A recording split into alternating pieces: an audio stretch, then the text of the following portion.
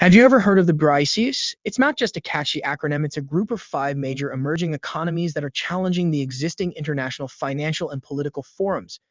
In this video, we will explore the origins of BRICS, their mission to provide an alternative model to the G7, and their efforts to challenge the World Bank model. We'll also discuss how BRICS is expanding and why the West is closely watching their every move. So let's dive in and learn more about the BRICS and their geopolitical moment.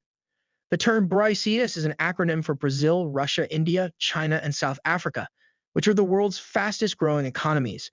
Initially, the term was coined as a marketing ploy by Goldman Sachs chief economist Jim O'Neill in 2001 to represent economic optimism about these countries' future.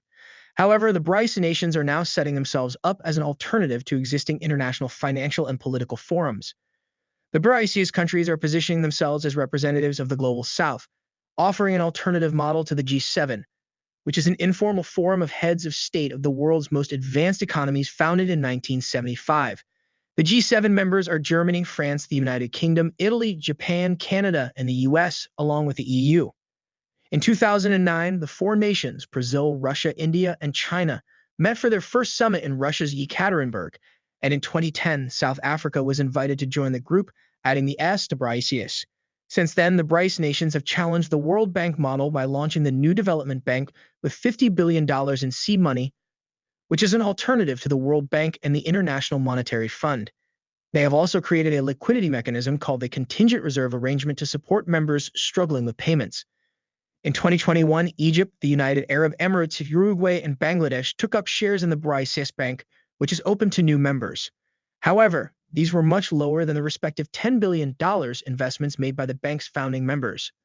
The recent economic developments in BRICS member states have little to do with the initial myths upon which the group was founded. Of the five members, only China has achieved sustained and extensive growth since then. As China's gross domestic product grew from $6 trillion in 2010 to nearly $18 trillion in 2021, economies in Brazil, South Africa, and Russia stagnated. India's GDP grew from $1.7 trillion to $3.1 trillion, but was outpaced by China's growth. Since the start of the Russian war in Ukraine, the BRICS countries have only distanced themselves further from the so-called West. None of the BRICS countries are taking part in sanctions against Russia. This has become increasingly clear with near-historic levels of trade between India and Russia or Brazil's dependence on Russian fertilizer. Gunther Mayhold, deputy director of the German Institute for International and Security Affairs, confirms that the BRICS alliance is not so much a counter to the West, but more a forum for increased sovereign and autonomous thought. In a bipolar world, he believes South Africa, India, and Brazil are simply vying for better terms.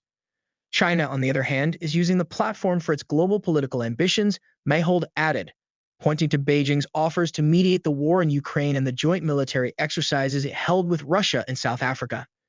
In conclusion, the BRICS nations have become a platform for intergovernmental cooperation similar to the G7.